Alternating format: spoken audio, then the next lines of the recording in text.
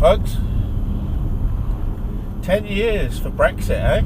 Or more, even. Yeah, well, the EU really are trying to screw us over. They're trying to frighten us. But it's all blather, really. Just think about it. If we stop paying in, we're the third largest contributor. Right, they've got to pick up the slack. The other 27 nations, and half of them are so poor, you know, countries like Romania and that they just haven't got the money. Basically, you've got Italy, which is banking system's about to collapse. That could well destroy the euro. All these countries in Europe, £38 billion, I think it was, 38 billion more that we import from them than they have from us. So if anybody's going to pay for trade with us, it's got to be the Europeans, isn't it? Just put up a trade tariff and say, yeah, if you want to import your cars, then it's going to cost you 10%, not the other way round. And in the meantime, while they're dragging their feet, why aren't we negotiating trade deals with African countries and India and China and forget the US, that's TTIP, that's dead. That's nothing more than a corporate takeover of sovereignty. So why aren't we actually doing this so that the European so-called free trade, we've never had free trade, we've never had open borders. I don't understand where they get this open borders thing from.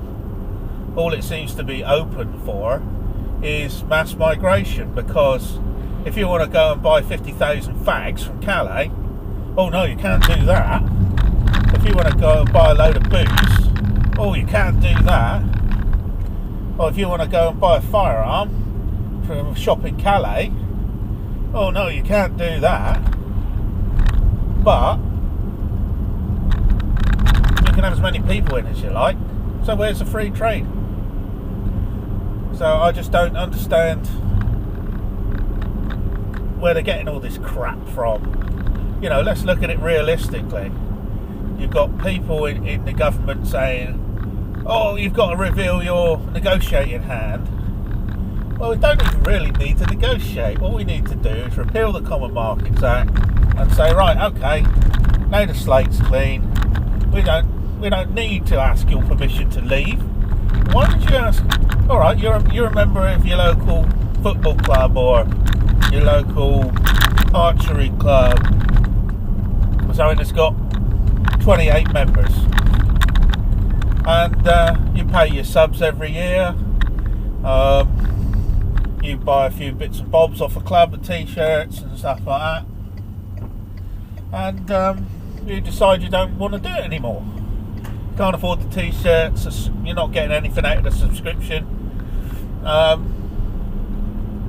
So you have to go in and get all the members of the club together and sit them down, and they've all got to vote on whether you can leave or not.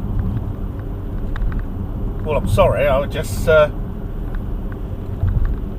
stand up and say, sorry, I'm not renewing my membership next year. That's it, job done. And that's no different. Absolutely no different. They can put an interim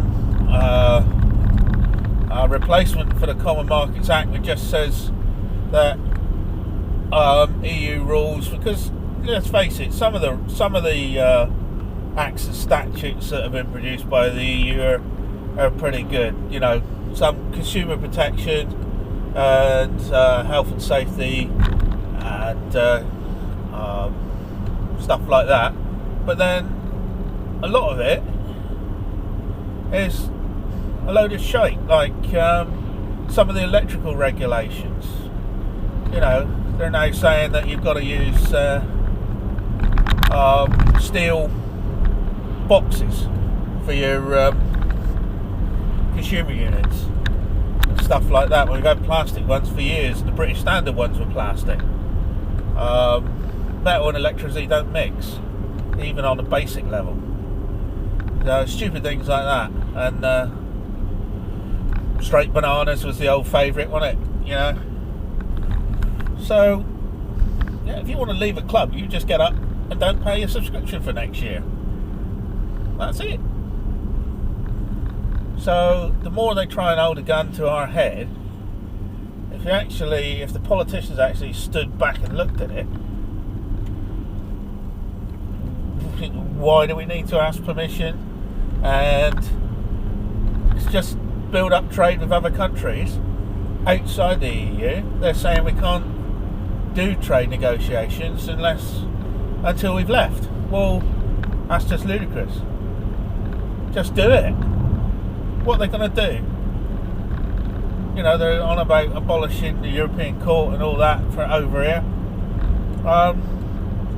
Let's face it, every time that we get taken, I think we've been taken to the European Court 20 or 30 times in the last 10 years. Every time we've lost. Excuse me. We just ignore it anyway. So maybe the French will invade us. Of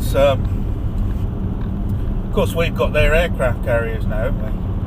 So they won't have any aircraft carriers to put the ships on, so maybe the French will invade us because they've got an army to stop them. Anyway, I'm digressing now. Right, TTFN.